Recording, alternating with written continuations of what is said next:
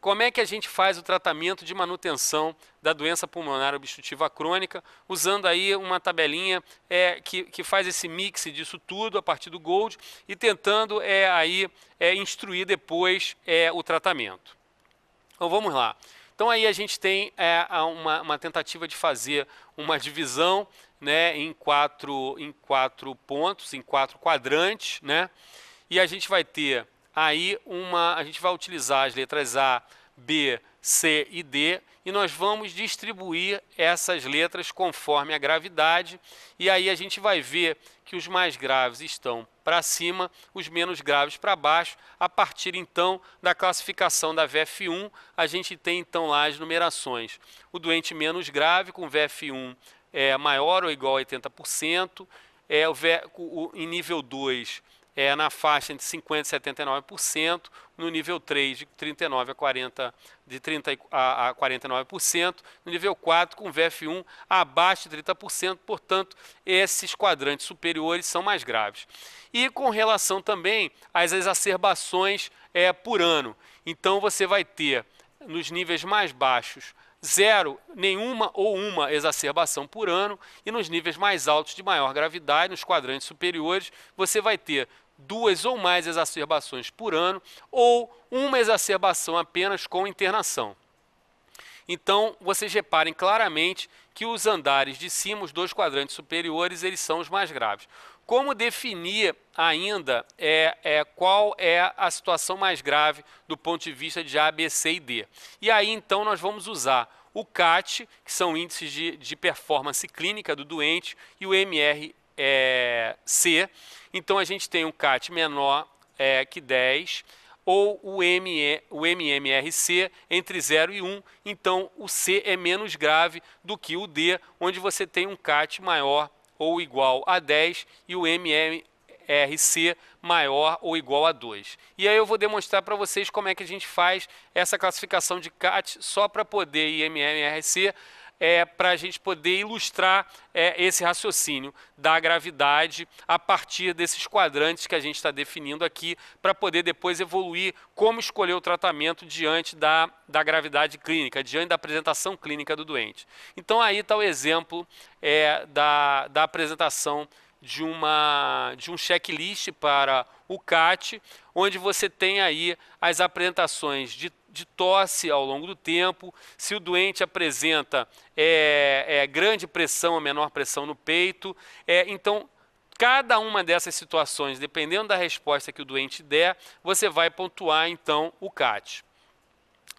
E do ponto de vista de MMRC, então você tem aí o 0 ao 4, mostrando que não há problema de falta de ar, exceto exercício intenso, falta de ar ao caminhar, e aí caminhada mais lenta, a pessoa mesmo na mesma idade, em plano levando a falta de ar, necessidade de parar após caminhar 100 metros, e muita falta de ar, basicamente até para sair de casa, ou até mesmo para fazer atividades pequenas. Então, esses índices de classificação clínica nos ajudam a fechar aquela estrutura de apresentação da gravidade, da apresentação clínica e como a gente vai fazer a abordagem do tratamento. Então vamos lá, o tratamento de manutenção do DPOC a partir então daquela classificação de GOLD e toda aquela estrutura de classificação de gravidade com apresentação de gravidade clínica, usando todos aqueles eventos e ainda mais aquela abordagem de apresentação de atividade do dia a dia, o CAT e o MRC. Então vamos lá. Do ponto de vista da classificação A, lembrando lá aquele quadrante inferior esquerdo, as medidas são as seguintes. A primeira coisa é cessar o tabagismo, o doente tem pouca gravidade, fazer, claro, a vacinação por pneumococo e influenza, lembrando que é uma complicação, uma situação que leva a piora clínica do doente à infecção, né, tanto pelos agentes bacterianos como virais, e o beta-2 de curta de alívio, lembrando aí a asma bronca. A diferença é que quando a gente vai para o segundo estágio, aí nós estamos falando então do estágio B, você vai, em vez da diferença então básica para asma bronca, aqui nesse ponto aqui nós usaríamos o corticosteroide. Nesse caso, na evolução para a situação B, para o estágio B, você vai usar o broncodilatador de longa ação, o beta-2 de longa, ou o agente anticolinérgico, o tiotrópio de longa ação também, e mais reabilitação cardiorrespiratória, mais reabilitação respiratória no doente. Quando você tem uma evolução para o estágio C, você teria então aí a entrada do corticoide inalatório como terceiro estágio aí de tratamento diante daquela classificação de gravidade. E no estágio D, você vai entrar então com beta-2 de longa e ou tiotrópio. Aí nesse caso, a maior parte das vezes, o beta-2 de longa com o tiotrópio juntos. Não necessariamente ou. Na maior parte das vezes, nessa situação clínica de maior gravidade, você vai usar as duas drogas. Então, a gente tem aí, a partir da gravidade da apresentação do doente DPOC, você tem aí, então, a evolução do tratamento de manutenção, como é que você vai fazendo o escalonamento para o tratamento de manutenção. Bom, muito bem. Depois desse escalonamento, só nos sobra aí uma situação já de evolução mais grave, onde o doente necessita de reposição de oxigênio ou até do transplante pulmonar. Claro, nós estamos falando do último estágio, a gente lembra que é uma situação onde a classificação que a gente fez ali anteriormente é a pior classificação, o doente apresenta mais de uma exacerbação do quadro, o doente tem um CAT pior, o doente tem um MMRC pior, o doente tem também aquela classificação baseada no VF1 pior. Então o D é uma situação em que o doente muitas vezes está próximo à situação terminal pulmonar. Então o doente vai precisar fazer uso de oxigênio domiciliar, é a grande pergunta, claro, uma parte das vezes, se o doente apresentar uma PaO2 menor ou igual a 55, uma saturação de O2 menor ou igual a 88% em repouso. Isso se o doente não apresentar claro, uma alteração de hematócito ou corpo pulmonar, onde o doente então terá que ser reposto se ele apresentar uma PaO2 entre 56 a 59, e aí a hiperviscosidade, aí a hiperglobulia com saturação com um hematócito maior que 55, ou o corpo pulmonar. Então, nessa situação da associação desse quadro clínico, dessas manifestações clínicas, dessas manifestações laboratoriais, o doente, então, vai ter que receber O2 como suplemento a partir já de uma PaO2 entre 56 a 59. Então, lembrando mais uma vez, a indicação de O2 em domicílio, aproximadamente em 15 horas, muitas vezes usa no período noturno, por volta de 15 horas, lembrando que há um custo para isso, para a reposição de oxigênio no domicílio, e então a gente tem que guardar a PaO2 menor ou igual a 55, a saturação menor ou igual a 88% em repouso. E lembrando que essa PaO2 ela pode ter uma tolerância diferente quando o doente tiver um hematócito maior que 55 ou corpo pulmonar. Bom, e o transplante? Quando é que a gente faz transplante pulmonar no doente que está evoluindo com essa destruição pulmonar, e o que muda? Como é que funciona isso do ponto de vista da abordagem do tratamento do DPOC? Bom, muito bem. Lembrando lá que o doente provavelmente já está no oxigênio domiciliar, como a gente falou anteriormente. E aí, como é que a gente faz? Quando é que a gente coloca esse doente na fila de transplante? Então, aí a gente usa mais um score, o score de Bolt, de 7 a 10 com mais de 1.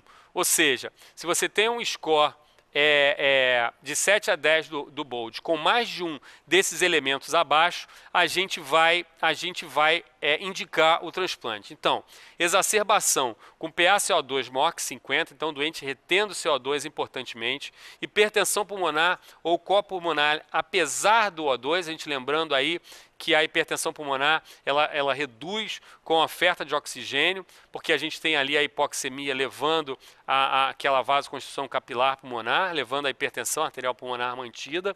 O doente já então com VFS1, com a VF1 menor que 20%, lembrando que aquele estágio pior a gente estava abaixo de 30%, então aqui a gente tem uma VF1 extremamente reduzida, doente praticamente com obstrução gravíssima, e a distribuição então homogênea do enfisema cometendo todo o parênquima pulmonar. Então esse doente então está diante da necessidade de transplante pulmonar, o que vai modificar bastante a vida desse doente. Então vamos lá. Quais são as tomadas de decisão que reduzem efetivamente a mortalidade desse doente DPOC? Então a gente tem lá aquilo que a gente já falou, como medida principal, cessar o tabagismo, o O2 domiciliar, lembrando que o O2 vai diminuir a hipertensão arterial pulmonar e, claro, por fim, o transplante de pulmão, porque você vai modificar completamente, porque você vai trocar o órgão que absolutamente está em fase final. Bom, e aí só uma demonstração de como é que é o Bold Score, aí demonstrando a piora conforme a VF1, a distância caminhada, quer dizer, um índice de performance do pulmão, a escala de MMRC como dispneia e o IMC mostrando uma piora do conjunto clínico desse paciente. Então o Bold Score é mais um associado para a gente poder, utilizando então aquela piora da PaCO2, enfim, as outras manifestações, para indicar o transplante, o corpo pulmonar, para indicar o transplante pulmonar. Bom, e na exacerbação aguda, né? A gente falou aí já do tratamento de manutenção, a gente inverteu um pouquinho comparado à asma, que a gente falou da crise antes, e aqui no DPOC, na aula de DPOC, a gente vai falar da exacerbação do DPOC, a gente havia falado do tratamento de manutenção, utilizando aquele score de gravidade clínica do doente. E a exacerbação aguda, como é que a gente aborda o doente descompensado pela doença pulmonar obstrutiva crônica, né? E como a gente vai suspeitar que esse doente está pior? O que é que muda do doente pulmonar obstrutivo? A gente vai lembrar que esse doente tem tosse, que esse doente tem secreção. Como é que a gente suspeita que esse doente está descompensado? A gente vai ter que discutir um ou mais sintomas cardinais que levam a gente a fazer essa suspeita, nós vamos falar logo a seguir. E outra coisa importante, qual é a principal causa dessa exacerbação aguda do DPOC? O que leva à exacerbação da doença pulmonar obstrutiva crônica, o que leva a uma piora desse doente? A principal causa, então, é a infecção pulmonar. Infecção pulmonar essa que pode ser tanto bacteriana quanto viral, e os principais agentes são descritos aí abaixo. Quer dizer, os principais agentes aí, qual é o principal agente da pneumonia na comunidade geral? O pneumococcus, Streptococcus pneumoniae. Já na ordem, no DPOC, na doença pulmonar obstrutiva crônica, é o Haemophilus influenza vindo na frente, o pneumococcus e a Moraxella catarrhalis. Com um nome bastante característico para a situação que esse doente provavelmente vai estar apresentando. Ou ainda aí lembrar da Pseudomonas aeruginosa, quando o doente já tiver tido infecção recente, uma situação de descompensação grave, você é obrigado a cobrir também Pseudomonas aeruginosa. Bom, e aí nós vamos começar antibióticos se a gente tiver então a suspeição clínica, né, dos agentes infecciosos, dos agentes que estão levando a essa piora, a essa descompensação, e apresentam os sintomas cardinais, a presença dos 3 sintomas cardinais. E quais são esses sintomas cardinais? Então, a piora da dispneia, o aumento do volume do escarro e a secreção, a alteração da secreção para uma secreção purulenta. Então, muitas vezes o doente, claro, já apresenta aquela tosse crônica, com expectoração matinal, com aquele toalete bronco, mas aumenta o volume do escarro, pode mudar a coloração do escarro para uma coloração mais purulenta, demonstrando que esse doente está evoluindo com um quadro infeccioso. E a piora da dispneia. E aí, claro, se esse doente tiver 2 sintomas cardinais, mais um deles é a letra C, também é uma consideração que leva a gente a iniciar o antibiótico. Então, a gente percebe que claramente a mudança da secreção, a mudança para uma secreção purulenta, você está fechando claramente o diagnóstico de infecção e você tem que começar um antibiótico.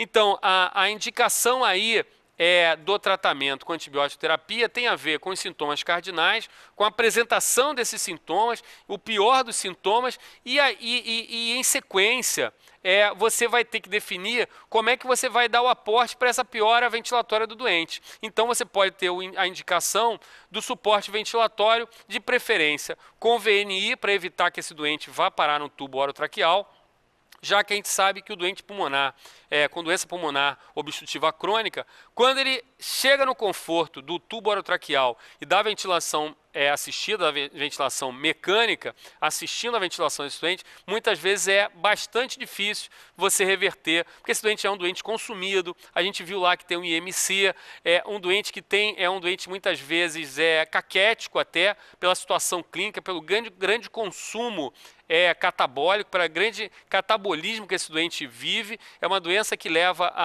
realmente a uma desnutrição até, porque o doente tem uma dificuldade enorme até de ingerir, uma dificuldade de respirar, e tem um gasto energético enorme para poder fazer a ventilação tão difícil com esse pulmão tão comprometido pela obstrução e muitas vezes pela destruição completa desse arcabouço pulmonar.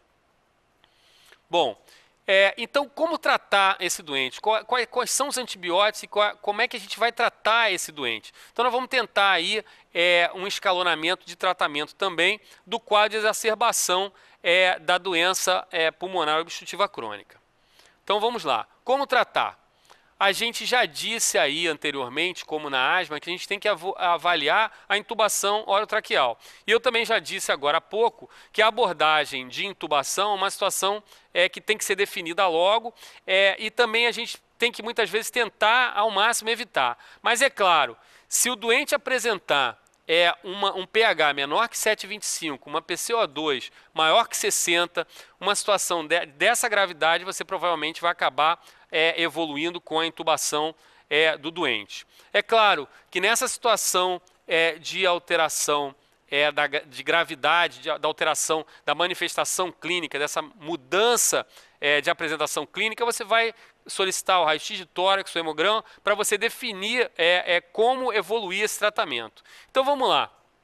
Vamos evoluir isso, vamos definir aí como estratificar esse tratamento. Então, na primeiro nível, a gente colocou a letra A, então a gente vai usar aí a antibiótico terapia e os antibióticos preconizados, lembrando então o hemófilos, o pneumococo, a amoraxela, a gente teria então a amoxicilina com clavulanato, os macrolídeos, as cefalosporinas de segunda geração e terceira geração, e as quinolonas respiratórias como antibiótico terapias preconizadas nesses doentes que apresentam a exacerbação do quadro clínico pior da doença pulmonar obstrutiva crônica. Na letra B, então, a gente teria o uso de broncodilatador inalatório de curta, o beta-agonista, muitas vezes mais o brometo de ipratrópio.